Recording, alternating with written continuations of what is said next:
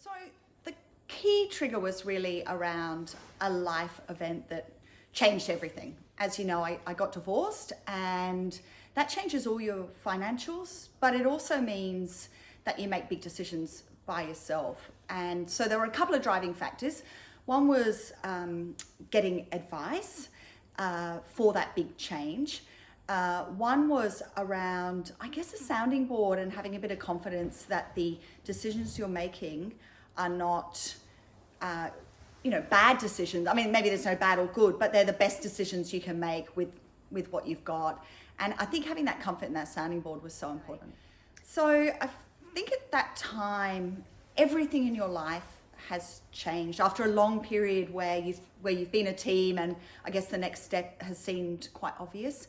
So I felt fragile, vulnerable, exhausted, overwhelmed.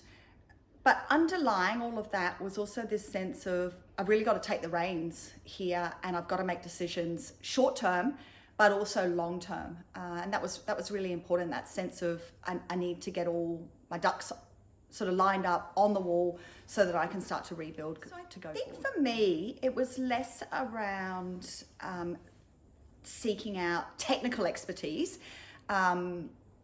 and more around, like, choosing the advisor was more around sort of personality and traits and match. The things that were most important to me, one was empathy, because I was so fragile. One was honesty.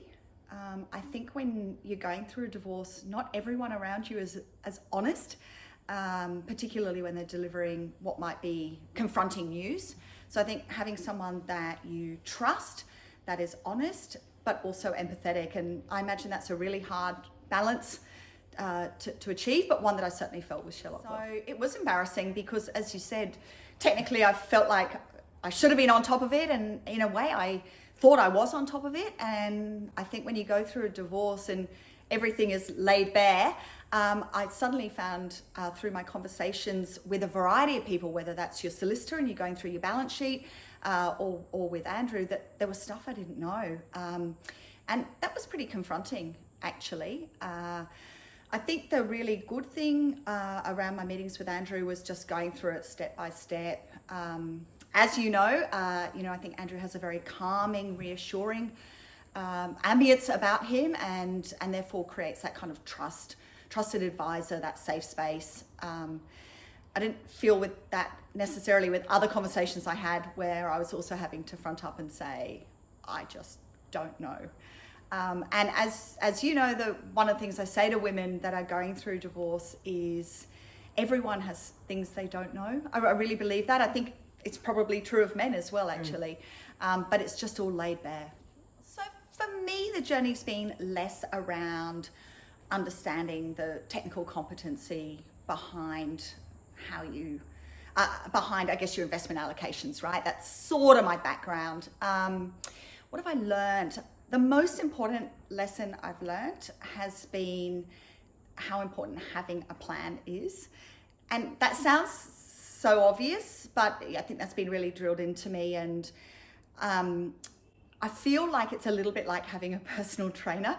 So you can go to the gym and you kind of know what you have to do to be fit, but when you have a personal trainer, it makes you, turn up every day. It makes you work really, really hard, and encourages you to make better decisions. So I sort of think about it the same way. And I think that my confidence to make decisions has improved. So that's been a big change, just that confidence to go, yes, I want to do that. No, I don't want to do that. I'm getting better at following my budget. So that is still, work in progress, could be improved, but it's going pretty well. The other thing that's been so enriching and valuable to me has been the whole of affairs approach that Sherlock Wealth brings. So connecting me in on my tax affairs, more recently on my estate planning, because all those things are connected, but to have to work with a financial advisor that brings all that together and makes sure that all of those boxes are ticked has been really, really valuable. I tell them it's really tough and it's okay to feel that. And I'd also like to tell them that, you can create a future for yourself that is really purposeful and rich and happy and loving and financially secure. But at the end of the day, that falls on you. And part of doing that is taking ownership and responsibility for your financial decisions, whether that's your superannuation, whether that's your insurance, whether that's budget or anything else that you do. At the end of the day, once you're divorced, all of that falls on you. So I think you need to think about what sort of life you want to build, and then you have to go out and do it. And part of engaging with a financial planner is that first step of just do it, because actually suddenly they put all these forms in front of you and you're signing things and you're getting your affairs in order, and then it starts to build. And that's what I found. I think if I was talking to Sherlock Wealth as a starting point now, I'd be in a much worse position than had I made the decisions I made a few years ago, even though that was off a much, a smaller base. So I think the key message is you have to prioritize it as an important part of your life. No one likes admin, but inherently it comes with admin. I think though, too many people just float along.